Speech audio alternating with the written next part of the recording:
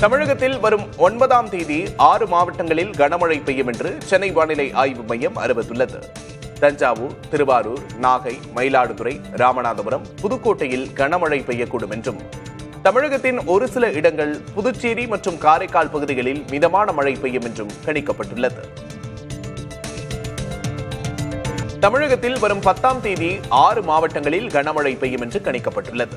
தஞ்சை, திருவாரூர், நாகை, மயிலாடுதுறை, கடலூர், விழுப்புரம் மாவட்டங்களில் கனமழை பெய்யும் என்று தெரிவிக்கப்பட்டுள்ளது.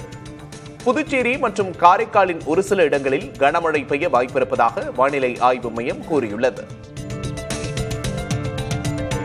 தமிழகத்தில் 7 மற்றும் 8ஆம் தேதிகளில் மழை பெய்யக்கூடும் என்று வானிலை ஆய்வு மையம் தெரிவித்துள்ளது.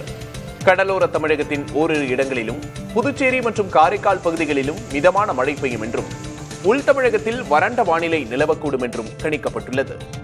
அதிகாலை வேளையில் ஓரிரு இடங்களில் பனிமூட்டம் நிலவும் என்றும் தெரிவிக்கப்பட்டுள்ளது. நீலகிரி மாவட்டம் மற்றும் கொடைக்கானல் மலைப்பகுதிகளில் உறைபனி ஏற்பட வாய்ப்பிருப்பதாக சென்னை வானிலை ஆய்வு மையம் தெரிவித்துள்ளது. அதிகாலை வேளையில் உறைபனி ஏற்படும் என்று கணிக்கப்பட்டுள்ளது. நாளை வரை தமிழகம், புதுச்சேரி, காரைக்கால் பகுதிகளில் ஒரு சில இடங்களில் வெப்பநிலை இயல்பை விட 2 முதல் 3 டிகிரி செல்சியஸ் வரை குறைவாக இருக்கும் என்று தெரிவிக்கப்பட்டுள்ளது.